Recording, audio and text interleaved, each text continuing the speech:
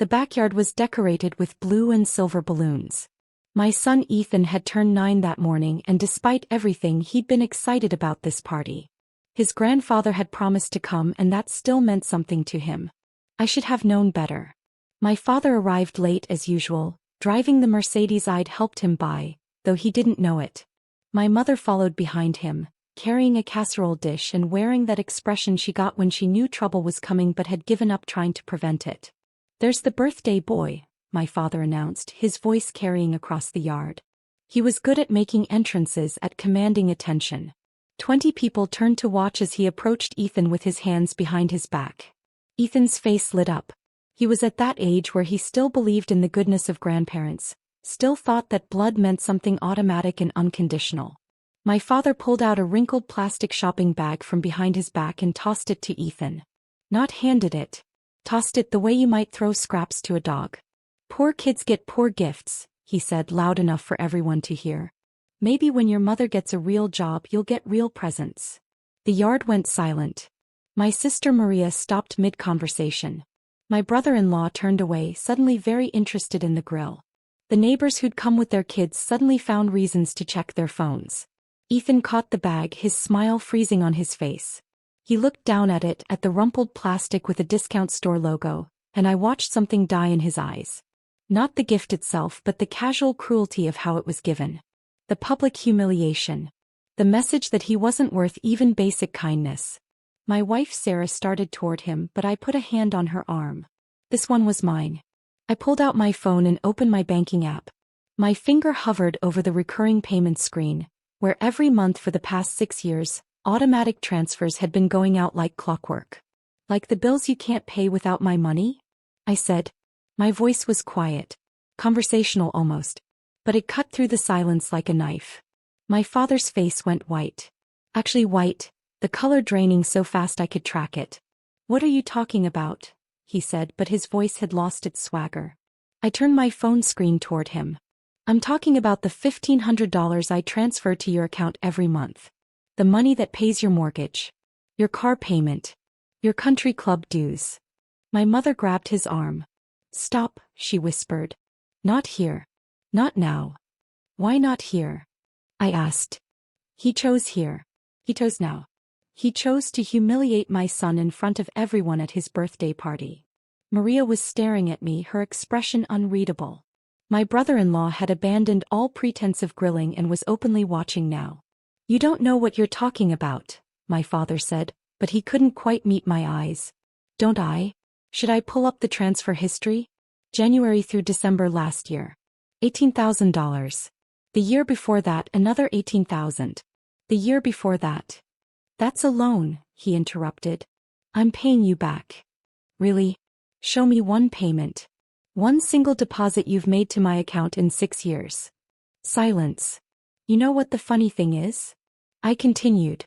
"I never minded helping. When Mom called 6 years ago and said you were in trouble, that you'd made some bad investments and were going to lose the house, I said yes immediately. No hesitation. Because you're my father and that's what family does." I could see Ethan watching now, the bag forgotten in his hands. I set up the automatic transfer that same day. $1,500 a month, every month, because that's what you needed to keep everything afloat. The house payment, the car payment, the insurance.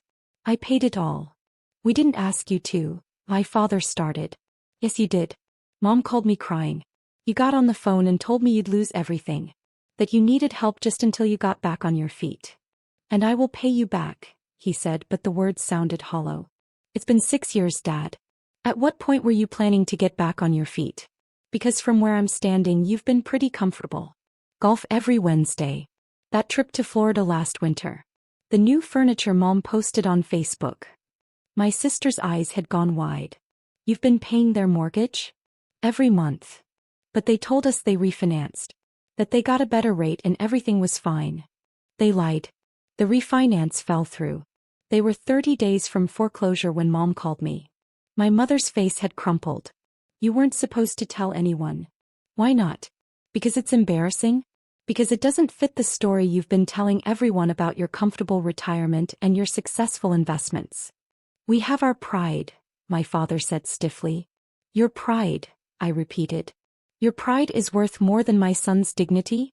You can take my money every month and then stand in my backyard and call my kid poor. One of the neighbors had started quietly gathering their children. The party was disintegrating, but I was past caring. Ethan works for his money, I said. He has chores. He saves his allowance. He understands the value of $1 better than you ever have. And you know what he wanted for his birthday? Not expensive toys. Not video games. He wanted his grandfather to be proud of him. Ethan was crying now, silent tears running down his face. Sarah had moved to his side, her arm around his shoulders. I didn't mean, my father started. Yes, you did. You meant every word. You've been doing this for years. Little comments about my job, my house, my car. About how your other grandkids have more, do more, are more. About how Ethan should have better if I just worked harder. That's not. It is exactly that. And I've taken it because I thought somewhere in there you actually cared about us. That the comments came from some misguided place of wanting better for your family. I looked at my phone again at the screen full of transfers. 6 years at $18,000 per year. $108,000. But you don't want better for us. You just want to feel superior. And the only way you can feel superior is by putting us down, because if you actually looked at the reality of your situation, you'd have to admit that your youngest son, the one you always said would never amount to anything, is the only thing keeping you from losing everything. That's enough, my mother said, her voice shaking. It's not nearly enough. It's 6 years overdue. Maria finally spoke. Why didn't you tell us? We could have helped. Because they didn't want you to know. They wanted to keep up appearances. Wanted you to think everything was fine while I paid to maintain the illusion. We would have helped, Maria repeated. I know. But then they couldn't have kept pretending. Couldn't have kept judging my choices while depending on the results of those choices to survive. My father had sat down in one of the folding chairs. He looked older, suddenly smaller. You're going to hold this over my head forever, aren't you? No, I said. I'm not going to hold it over your head at all. I'm going to stop the transfers. Tonight. No more payments. No more pretending. You want to keep your house, your car, your lifestyle? Figure it out yourself. My mother gasped. You can't do that. We'll lose everything. Then you'll lose everything. The same everything you were going to lose 6 years ago before I stepped in. At least this time you'll have warning. Please, she said, and the word was almost a sob. Don't do this. Not like this. Not like this. How should I do it? Should I wait until after you've humiliated my son a few more times? Should I keep paying while you tell him he's not good enough? Sarah finally spoke, her voice cold. You need to leave. Sarah, please, my mother started. Leave. No. This party is over. The neighbors who'd stayed began gathering their things, quiet and uncomfortable. Maria hugged Ethan quickly, whispering something to him before taking her family and leaving. Within 10 minutes, the backyard was empty except for our immediate family. My parents stood by their car. My father wouldn't look at me. My mother kept starting to speak and then stopping. I want you to understand something, I said finally. I don't regret helping you. I don't regret the money. What I regret is not setting boundaries. Not demanding basic respect in exchange for that help. We do respect you, my mother said weakly. No, you don't. You resent me. Because I'm the one who saved you, and that doesn't fit the story you want to tell. The story where I'm the screw-up and my siblings are the successful ones. That's not true. It is true. And I've let you tell that story because I thought maintaining family peace was more important than demanding acknowledgement. I was wrong. Because all it taught my son was that he should accept being treated poorly by people who claimed to love him. I turned to look at Ethan, who was sitting on the back steps with Sarah. His face was blotchy from crying, but he was watching me with something like pride. My son is not poor, I said. He's rich in every way that matters. He's kind. He's generous. He thinks about other people's feelings. He would never in a million years humiliate someone the way you humiliated him today. It was a joke, my father said, but even he didn't sound convinced. It wasn't a joke. And we both know it. They got in their car. My mother was crying openly now. My father's hands shook as he started the engine. I watched them drive away and I felt nothing but relief. Inside, I canceled the automatic transfers. $1,500 returned to my account. It felt like breathing after holding my breath for years. Sarah found me in my office an hour later. The party decorations were still up outside, hanging limply in the evening air. "How are you doing?" she asked. "Honestly, I feel lighter." Ethan asked if Grandpa really depends on our money. "What did you tell him?" I told him the truth. That sometimes adults make mistakes with money and sometimes other adults help them. And that helping is good, but it doesn't give anyone the right to be cruel. I nodded slowly. "I should have done this years ago." "Maybe. But you did it now. That's what matters."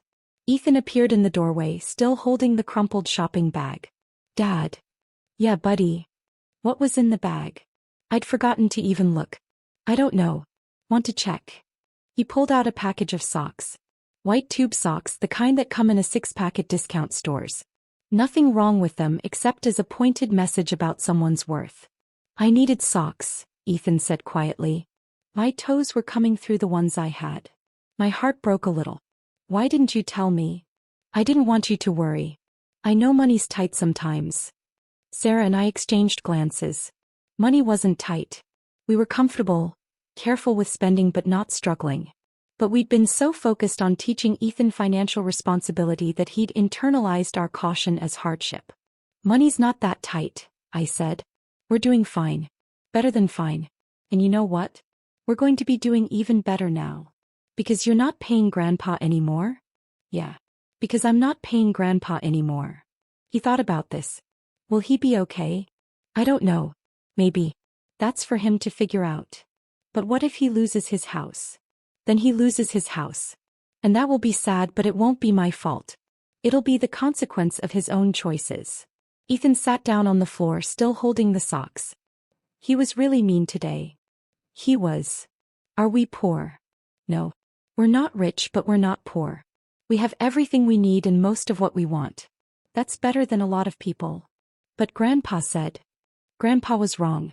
And cruel. And he was saying those things to make himself feel bigger by making you feel smaller. That's what some people do when they're not happy with themselves. I don't want to do that." "You won't. You're not built that way." Later that night, after Ethan was asleep, I checked my phone. 23 missed calls from my mother. 14 text messages alternating between apologetic and angry. 3 voicemails I didn't listen to. I blocked the number. Sarah watched me do it. "You're sure?" "I'm sure. They can figure this out themselves. Or not. Either way, it's not my problem anymore. Your siblings are going to find out." "Good. Let them help for once. They're going to be angry at you. Let them." She kissed my forehead. "I'm proud of you." "For what?" "Taking 6 years to set a boundary. For setting it at all. Most people never do." The next morning, I woke up to an email from my bank confirming the cancellation of the recurring transfer. $1,500 that would stay in my account. Money for Ethan's college fund. Money for a vacation we'd been putting off. Money that was mine to spend on my actual family instead of subsidizing my parents' facade. My phone rang. It was Maria. "Is it true?" she asked without preamble. "Which part?" "All of it. The money. The mortgage. Everything." "Yes." "Why didn't you tell us?" "Because Mom asked me not to. Because they were embarrassed. Because I thought I was helping. We could have split it. All 3 of us." "I know. But that's not what they wanted." She was quiet for a long moment. "What Dad did yesterday was unforgivable." "Yes." "Are you really cutting them off?" "Yes." "Good. They need to face reality." After she hung up, I sat with the silence. No more monthly transfers. No more propping up a lie. No more accepting cruelty in exchange for my help. Just my family, my son, and the truth we'd finally spoken out loud. Ethan came downstairs wearing his new socks, the ones from the discount store. They were perfectly fine socks. They kept his feet warm. "Ready for breakfast?" I asked. "Yeah," he said and smiled. And that smile was worth more than all the money I'd ever sent to my father's account. Some gifts are poor not because of their cost, but because of the spirit in which they're given. And some truths are worth the cost of family peace. We were going to be fine.